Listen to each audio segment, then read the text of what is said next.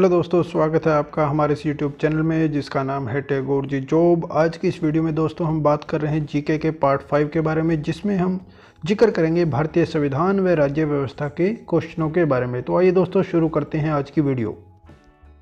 तो ठीक है दोस्तों, आज की इस वीडियो में हम बात कर रहे हैं सामान्य ज्ञान के क्वेश्चनों के बारे में। और सबसे पहले हमारे सामने क्वेश्चन है कि नौकरशाही की नियुक्ति किस प्रकृति की होती है। मतलब कि जो ब्यूरोक्रेट्स की जो सिलेक्शन होती है, रिक्रूटमेंट होती है, या यूँ कहें कि जो हमारी सरकारी नौकरी के लिए जब सिलेक्शन होती है वो किस नेचर की होती है। तो उसका जो सही आंसर है स्थायी तौर पर, जिसको हम बोलते हैं रेगुलर बेसिस पे या परमानेंट नेचर की। दूसरा जो क्वेश्चन है हमारे सामने, केंद्र और राज्यों के मध्य प्रशासनिक संबंध संविधान के किस अनुच्छेद में दिए गए हैं। तो ये जो अनुच्छेद है, अनुच्छेद 256 से 263 में बताया गया है। केंद्र और राज्यों के मध्य जो प्रशासनिक संबंध होते हैं उसके बारे में बताया गया है। गोवा किस वर्ष भारत का 25वां राज्य बना। तो गोवा 1987 में भारत का 25वां राज्य बनाया गया। संपत्ति का अधिकार मौलिक अधिकारों की सूची से कब हटाया गया। देखिए, भारतीय संविधान के अनुसार भारतीय नागरिक को 6 मौलिक अधिकार दिए गए हैं, लेकिन इससे पहले हमारा एक संपत्ति का अधिकार होता था जो कि अब नहीं रहा। तो संपत्ति का जो अधिकार है वो 44वें संशोधन के तहत, जो कि 1978 में हुआ था, संपत्ति के अधिकार को हमारे मौलिक अधिकारों से हटा दिया गया था। उसके बाद क्वेश्चन है, गोवा भारतीय गणतंत्र का हिस्सा कब बनाया गया। तो गोवा 1961 में भारतीय गणतंत्र का हिस्सा बनाया गया।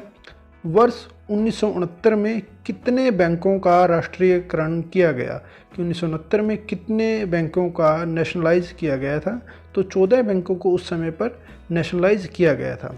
कौन से राज्यों में अभी तक पंचायती राज नहीं है। देखिए, जिस प्रकार हरियाणा, पंजाब, राजस्थान में या और अदर स्टेट्स में पंचायती राज है, जैसे गाँव में पंचायत होती है, लेकिन अभी भी कुछ ऐसे स्टेट हैं जहां पर पंचायती राज नहीं है, जैसे कि नागालैंड, मेघालय, मिजोरम, और कुछ ऐसे केंद्र शासित प्रदेश भी हैं जहां पर अभी भी पंचायती राज नहीं है।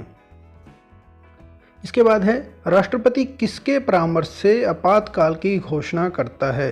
तो राष्ट्रपति संघीय मंत्रिमंडल की मदद से, उसकी सलाह से आपातकाल की घोषणा, जिसको हम इमरजेंसी बोलते हैं, लगा सकता है। संविधान सभा के सामने किसने संविधान की प्रस्तावना प्रस्तावित की थी। तो संविधान सभा के सामने जवाहरलाल नेहरू ने संविधान की प्रस्तावना को प्रस्तावित किया था। हाईकोर्ट के जज की रिटायरमेंट एज कितनी है। जो हाईकोर्ट के हमारे जज होते हैं वो किस एज पर जाकर रिटायर होते हैं। तो सही आंसर है 62 वर्ष। उसी प्रकार से 11वां क्वेश्चन है, सुप्रीम कोर्ट के जज की रिटायरमेंट एज क्या है। तो 65 वर्ष। तो ध्यान रखें कि हाई कोर्ट के जज की जो एज है वो है 62 वर्ष पर जाकर वो रिटायर होते हैं। उसी प्रकार सुप्रीम कोर्ट के जो जज हैं वो 65 वर्ष की आयु में जाकर रिटायर होते हैं।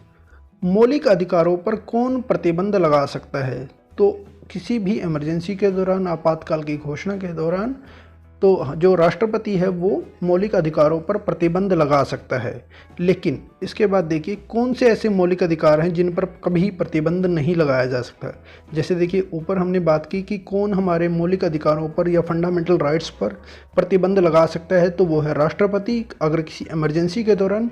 लेकिन फिर भी किसी भी इमरजेंसी के दौरान या आपातकाल घोषणा के दौरान भी हमारे 2 ऐसे अधिकार हैं जिनके ऊपर कभी भी प्रतिबंध नहीं लगाया जा सकता। तो वो हैं आर्टिकल 20 और आर्टिकल 21। आर्टिकल 20 है protection in respect of conviction for offences, और आर्टिकल 21 है protection of life and personal liberty. कौन सी रिट है जो न्यायालयों, निगमों, सरकारी कर्मचारियों या व्यक्तियों को उनके द्वारा लोक कर्तव्य निष्पादित किए जाने के निर्देश देते हुए जारी की जाती है।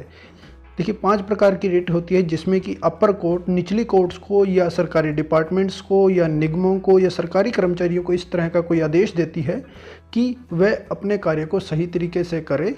तो उसको हम बोलते हैं परमादेश, जिसको हम इंग्लिश में बोलते हैं मैंडामस।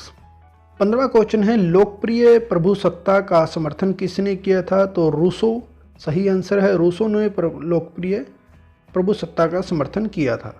विदेशों को भेजे जाने वाले विभिन्न संसदीय मंत्रिमंडल प्रतिनिधिमंडलों के लिए नामांकन कौन करता है। तो लोकसभा अध्यक्ष ही विदेशों को भेजे जाने वाले हमारे संसदीय प्रतिनिधिमंडलों का नामांकन करता है। किसी राज्य का राज्यपाल क्या नहीं कर सकता? किसी भी राज्य का राज्यपाल विधानसभा को स्थगित नहीं कर सकता। देखिए जिस प्रकार किसी नेशन का, जैसे भारतीय नेशन का जो सर्वोपरि है वो राष्ट्रपति है, उसी प्रकार किसी भी स्टेट का जो सर्वोपरि है वो राज्यपाल है। लेकिन राज्यपाल भी किसी स्टेट की विधानसभा को स्थगित नहीं कर सकता।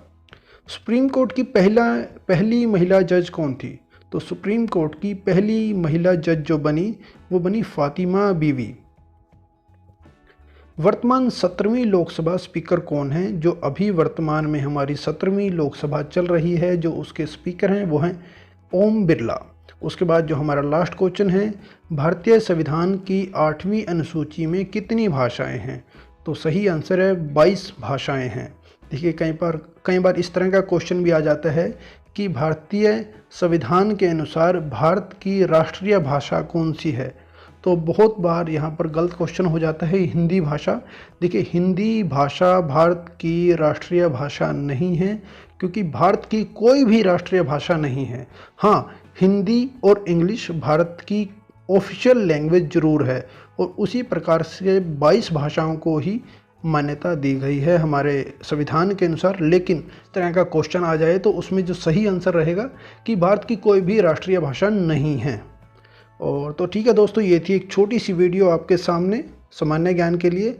और अगर अभी तक आपने हमारे चैनल को सब्सक्राइब नहीं किया है तो आप हमारे चैनल को सब्सक्राइब कर सकते हैं, और नोटिफिकेशन बेल को भी ज़रूर दबाएं ताकि आपको सभी तरह की हमारी वीडियोस की नोटिफिकेशन टाइम से मिलती रहे। तो ठीक है दोस्तों, फिर आपसे मुलाकात होगी एक नई वीडियो में एक नए टॉपिक के साथ।